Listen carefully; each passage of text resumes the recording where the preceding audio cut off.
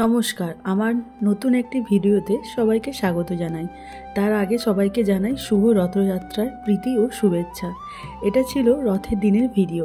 মা আর আমি রথ দেখতে যাবো বলে দেখো রেডি হয়ে গিয়েছিলাম। বাবাও গিয়েছিল, বাবা পরে বাড়ি চলে এসেছিল, দেরি হচ্ছিল বলে। তো দেখো আমরা রথ যখন যাই তখন রথ প্রায় বলতে পারো সেই মাত্রই ঢুকেছে, একটু লেট হয়ে গিয়েছিল। এটা আমার বাড়ির কাছেই একটা মাঠে বলতে পারো। তোমরা যারা মেদিনীপুরে থাকো তারা বিধাননগর মাঠ নিশ্চয়ই চিনে থাকবে।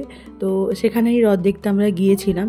আর যেটা মেন রথ মানে জগন্নাথ মন্দিরের রথ, সেটা আমরা দেখতে পাইনি ওই দিন, কারণ এতটাই লেট হয়ে গিয়েছিল।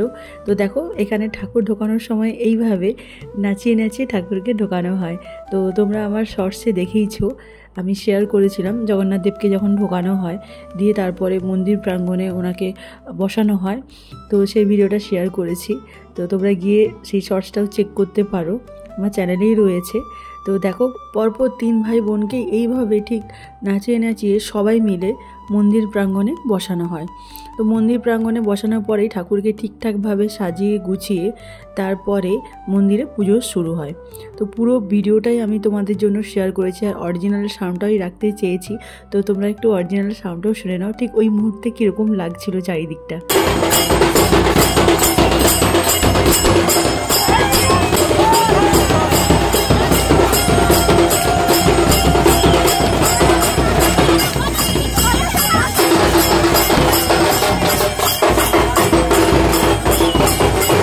যখন চারিদিকে এই আওয়াজগুলো হয় তখন গায়ে কেমন কাঁটা দেয় না? তোমাদের কি মনে হয়? আমার তো সত্যিই গায়ে যেন কাঁটা দিয়ে উঠছিল এই সাউন্ডটার জন্য। আর জগন্নাথ দেবের রথের দড়ি ছোঁয়া মানে বলে পুণ্যের কাজ। তো সত্যিই বোধহয় পুণ্যেরই কাজ। যদিও আমরা কিছুদিন আগেই পুরী থেকে ঘুরে এসেছি, তো সেই স্মৃতি যেন এখনও ভুলতে পারছি না। রথযাত্রার উদ্দেশ্যে এখানে কিন্তু প্রতিদিনই কিছু না কিছু ভোগ বিতরণ করা হয়। আগের দিন থেকে টিকিট কেটে নিয়ে এসে পরের দিন তুমি ওখান থেকে ভোগ নিয়ে যেতে পারো। আর ছোটোখাটো কয়েকটা দোকানও বসেছে, বাচ্চাদের জন্য কিছু দোকান বসেছে, খাওয়ার দোকান টুকটাক বসেছে। সেই অর্থে কিন্তু এটাকে মেলা বলা যেতে পারে না। যদিও এখানে রথের পুজো শুরু হতে হতে অনেকটা রাত হয়ে যায়, তখন ঘড়িতে বাজে প্রায় রাত 10টা, আর আমরা বাড়ি ফিরেছিলাম প্রায় রাত 10টা 40-এ।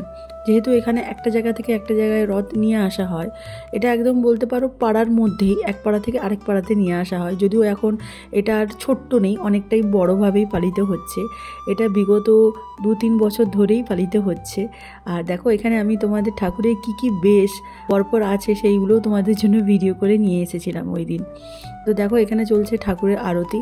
ঠাকুরের আরতিকে নিয়ে আসার পরে মা আর আমি দেখো বাড়ি ফিরছিলাম, তখন অনেকটাই রাত হয়ে গিয়েছিল।